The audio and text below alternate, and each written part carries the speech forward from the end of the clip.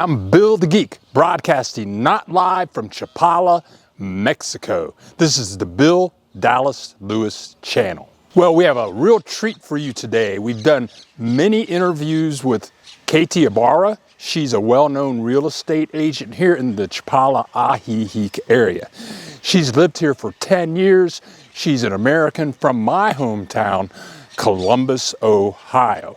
And we did a video one-on-one with her last June, and she and I have received so many questions about specific things about buying real estate in this area, in the Lake Chapala area. So we put our heads together and we wanted to answer these questions that people ask us all the time. So this is part 2 of a continuing conversation about what to look out for, what can real estate agents do for you, what kind of attorneys do you need, what a home inspection is going to be like, do you need a visa to get to purchase real estate, what does that involve? So we welcome Katie Ibarra, and here we go. Hi, Katie. Thanks so much for joining us. We have some questions for you, questions that people ask me all the time about buying properties in the Chapala area. We're happy to have you here today. Here we go. Well, we did a video in June of 2021, and that was a bit of an interview that you did on purchasing property in the Lake Chapala area, and just some basics that people need to know. And so this is kind of a continuation, a part 2, some additional things that would be of value for people to know. And you know, there's a lot of nerves that go into buying property anywhere, but then when it's in a foreign country, there's a whole new level of scariness to that. So I hope that just in sharing some of the information that will squelch some of the nerves that people have. Just understanding process is half the battle. Okay. Yeah. Now, one question people ask me a lot is, why do they want a real estate agent to represent them in the purchase process? Okay, well, 100%. You want somebody who knows process, what the pitfalls are, to coach and guide you. As a buyer, the agent is essentially free. You're not paying the agent. The seller pays commissions on the sale of their home, and that's how agents get paid. As a buyer, your only expense is closing cost. So it would be silly not to have somebody who's a seasoned professional to guide you through what is unknown territory to many. The agent is going to do a lot of things for you. One, you want them to review papers and make sure that the person who's trying to sell you property has a legal right to sell you that property, right? Are there liens on the property? Is it in probate? Do they legally own the property? How many names are on that deed? Do all the people on the deed know that this is being sold? So you definitely want somebody in your team looking out for your best interest. Are all bills paid on that property? And do you have a legal contract where the seller has agreed they're going to pay capital gains on the property? They're not trying to push that on to you. And your agent's going to help you negotiate the contract. They're going to help you navigate the whole process with a notario, which is, we mentioned in the first video, the highest level attorney in Mexico and the only person that can help transfer title of property. They're going to help you transfer your utilities of the house into your name. But really the biggest item is having an agency with an escrow account. You've got somebody to hold the money. I mean, if you don't have an escrow account with an agency, is a seller going to say, oh, we trust you'll send the money, we sign the papers over? Or is the buyer going to say, we trust you're going to sign the papers over, we'll send the money? No, you want that third party with an escrow account to make sure everything is going to go through smoothly. And that's one of the biggest things that the agency can do for you. So 100%, you want somebody that has your best interest at heart. If somebody says, you don't need an agent, run. Right. And there are people that actually say that? Well, perhaps like a for sale by owner kind of situation. They say, oh, well, we can work this out between us sort of situation. Or you'll have folks that come down, they don't know how things work in real estate in Mexico, and they dabble here, they dabble there, and they think, I don't want to pay an agent. As a buyer, you don't pay the agent as a buyer. Get somebody that maybe you need to interview a few different agents, test the waters, see who do you feel is knowledgeable, trustworthy, and you just have a nice rapport with. Mm-hmm. And that's the person you should go with. Okay. Another question people ask a lot is like, if you're in the early exploration phase, will an agent show you around? It's like you're not sure where you want to live, maybe you don't have all the money yet, but will an agent help you if you don't have the money and you don't know exactly what you want? How can you help these people? Okay, when we videotaped this stupid bill, the answer to this question, Bill didn't hit the record button, but I remember what Katie told me. She said that if you're just exploring Ajijic Chapala area, if you don't have all the funds ready to go and you're just kind of looking around, seeing what's available when it comes to houses, she said agents will take you out and show you all around Chapala, Ajijic, give you prices of homes. They will visit homes with you. She said some houses, it can kind of be a hassle because they have to call the owners, get the keys, unlock the doors, get the pets out. The owners usually leave. She said, some of those houses, if you're not really ready to go, if you're not really ready or prepared to buy, if you don't have the money, those homes that people are living in them with pets, many times they'll show you the outside of the houses, they can give you the pricing, but they won't take you inside. On the other hand, you've seen many of our videos about houses, and many times nobody's living in the house. In that situation, Katie can get the keys, take you inside. Nobody it's not a problem for anybody. So in those situations, she'll show you the house, show you the neighborhood, tell you about the neighborhood. So if you're exploring and you're not sure if you're ready to buy, if your money isn't just quite right, the agents can still help you out, show you around, go into many houses, and give you a real feel of what it's like to buy a home, what is available in the Chapala, Ajijic area. And Katie, I'm sorry I did not hit the record button. Now, if you're in the very serious phase of looking for a house, and you're ready to take action, you have the money, you're just looking for a place, what should you expect from a person like you, Katie Ibarra, a real estate agent? What should people expect? What type of help should they expect from you? Okay, so this is where you have determined you definitely want to move to the Lake Chapala area. You have your cash readily available to make a purchase on property. And then you want to have an in-depth conversation with your agent to make sure they really understand the type of neighborhood environment that you want to be in and what your must-haves are in a house. Your agent should be doing an exhaustive search, not just on MLS. There are other places that they can be seeking the right property for you. And then me personally, when I take folks out in this phase, I will show them about 5 houses in a day. because beyond that, they're going to glaze over. It's a lot of information, and you've got drive time between houses. It's a full day.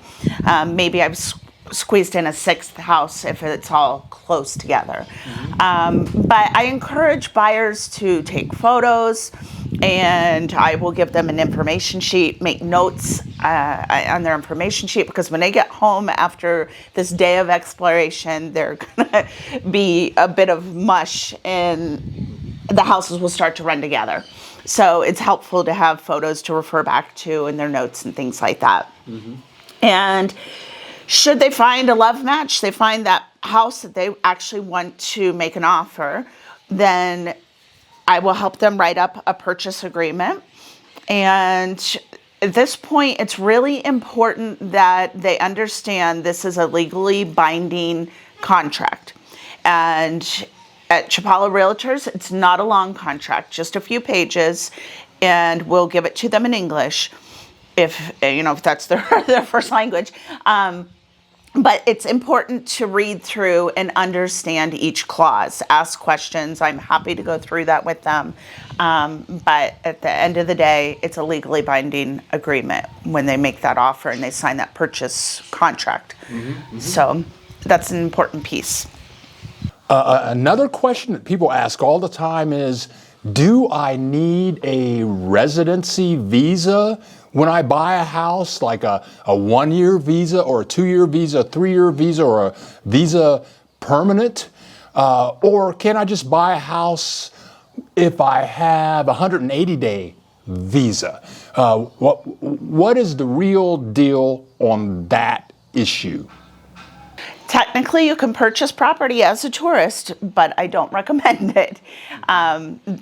10 years ago, it was not uncommon for people to purchase as a tourist. Things are changing, and now it's highly recommended that you either have your temporal or permanente visa, or at least be in the process of getting it. First off, in our June video, our part 1, I talked about somebody trying to sell their property and still only having a tourist visa is going to incur a 35% capital gains tax, which is insane. That's really bad. Nobody wants that. But there are so many times in navigating life in Mexico where you're going to need 2 different numbers. First is a CURP, which that's an acronym. It's a unique identifying number like a social security number, and it's given to you at the time you obtain that temporal or permanente visa. Second is an RFC. Again, that's an acronym, but it's a taxpayer ID number. You can't get the RFC without the CURP. And so these 2 numbers are going to help you with many things, but for starters, you can't even put your CFE bill, which is the electric company, in your name until you have these numbers. What else can I tell you about it? Well, I'm in real estate, not a car salesman, but it's a newish law that you have to have a Jalisco, that's the state we're in, a Jalisco driver's license before you can register a Jalisco plated car. And all of those things require that you have a CURP and an RFC. So that would be a stumbling block if you don't have those. Also, without the temporal or permanente visa and no CURP, you weren't able to register for the COVID vaccine. So these are just some examples, but you're going to continue to find stumbling blocks if you aren't a resident on a visa.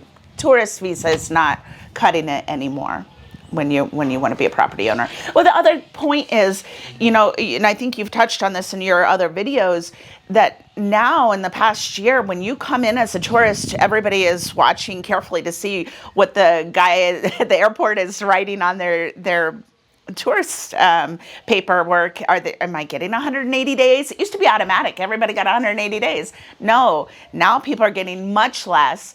And anybody who believes, oh, well, I own property, I'll get 180 days. Wrong. That's a red flag to those guys. If they know you have property and you continue to come in as a tourist, you're abusing the system. You're not a tourist. You're a homeowner. You should be on the path to getting one of these resident visas. People ask us a lot, when you sell a house or when you're buying a house, what can you expect from the property inspection? When they go through the house and they find cracks or leaky pipes and they get their list together, what happens then? Okay.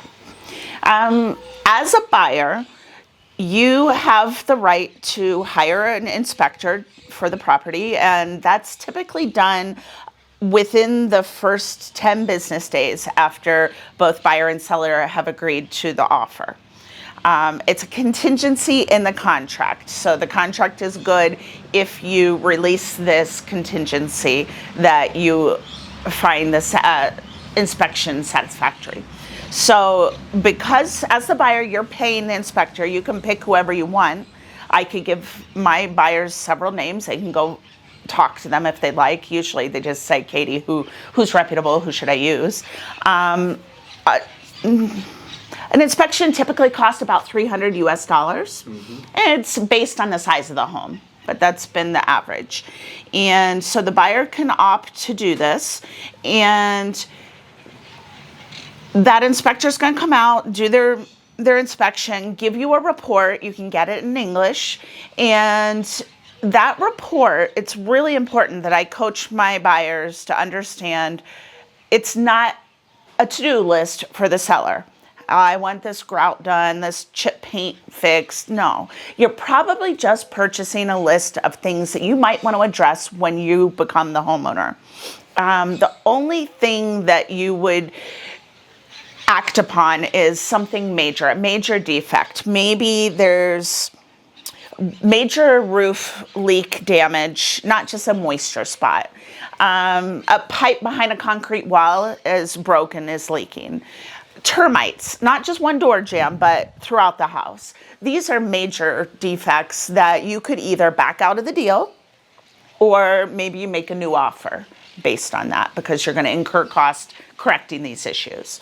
Otherwise, you take that and you say, okay, nothing here is major. I sign off on this contingency that's in the contract, and we move forward. The other piece that people should know, if they've already sent their 10% down and something major comes up and you want out, your money is wired back to you. You're not on the hook for that. So, many times people ask me, what should they expect when it's time for closing on the house? How do you set that up? Who has to be there? Can you give us answers to those questions? All right. Closing. This is a point of nerves for a lot of people because they don't understand process or what's going to happen. So the buyer gets to pick the notario, and they also pay for the notario. That's why they get to pick one. It's the closing cost includes the notario's fee. And we talked back in June on our first video, who's a notario? What is a notario? That it's nothing like a notary in the US. A notario in Mexico, again, is the highest level attorney in the country and the only person that can legally transfer title of property. So that's where all closings take place, in a notario's office. So the buyer can say, Katie, do you want to give me a couple of possible notarios, and I'll go interview them and decide who I want to work with. Honestly, that's never happened. Usually they just say, who do you recommend that does a great job, has a good reputation? If somebody does want to go talk to a couple of notarios, they need to be doing that early in the process, because once you write out a purchase agreement, making an offer, you need to put the notario in that contract. So you need to know in advance. What else can I tell you about it? Both parties need to be present for the closing, or you need to have set up in advance a power of attorney. The closing costs are different in different parts of Mexico. So I can only speak to what I've seen here in the Lake Chapala area. And I tell my clients that about 3% of the purchase price is what you should anticipate. We're not going to know right up until about the week of closing the exact amounts, but we actually have seen less than 3% in the last couple years. It's gone down, which we attribute that to a strong US dollar, the exchange rate. And it's a funny thing, we see property values going up, but closing costs are not keeping in stride with that. They're still staying down. Something that's interesting that people don't realize, you get closing costs in a line items in a statement, right? And so some of these are fixed dollar amounts, and some of them are percent of the value. And say you're buying a piece of land for 20,000 US dollars, or you're buying a house for $400,000. Those fixed items are going to feel kind of pricey when you're just buying land at $20,000, right? But if you're buying a house at $400,000, those fixed items maybe feel like a drop in the bucket. So as a percentage of what you're purchasing, it's going to be higher on something like a little piece of land, right? Because there's some fixed price items. Let's see, what else can I tell you about this? Oh, this is super important. I made some notes because I wanted to make sure I didn't forget to mention a couple items. One is, at the time of closing, when you're deeding the property, it's super important that the buyers insist that it be marked at the true purchase price. It's not uncommon for a seller and a seller's agent to try and push for putting a little bit lower purchase price on the documents. That's going to benefit them. They'll try and convince you as the buyer that it benefits you, but in the long run, it's not a good idea. It benefits them because if they say the purchase price is lower, they have less capital gains tax. As the buyer, they're going to tell you, well, look, your closing costs come down if we say the purchase price is lower. Yeah, that's true, but they get the bigger benefit. And later down the road, you get stuck with the capital gains.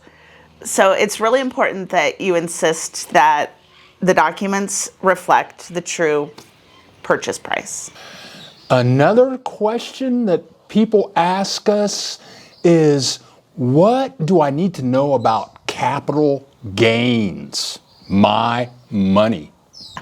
So there's a couple things. One, as a seller, something that you can do to help maybe reduce your capital gains. Maybe you've done a bunch of remodeling, you've done an addition. You can hire a certified architect who will do an improvement appraisal, and they can add value to the base value, and that would help in the calculation for your capital gains if you're the owner and you're selling.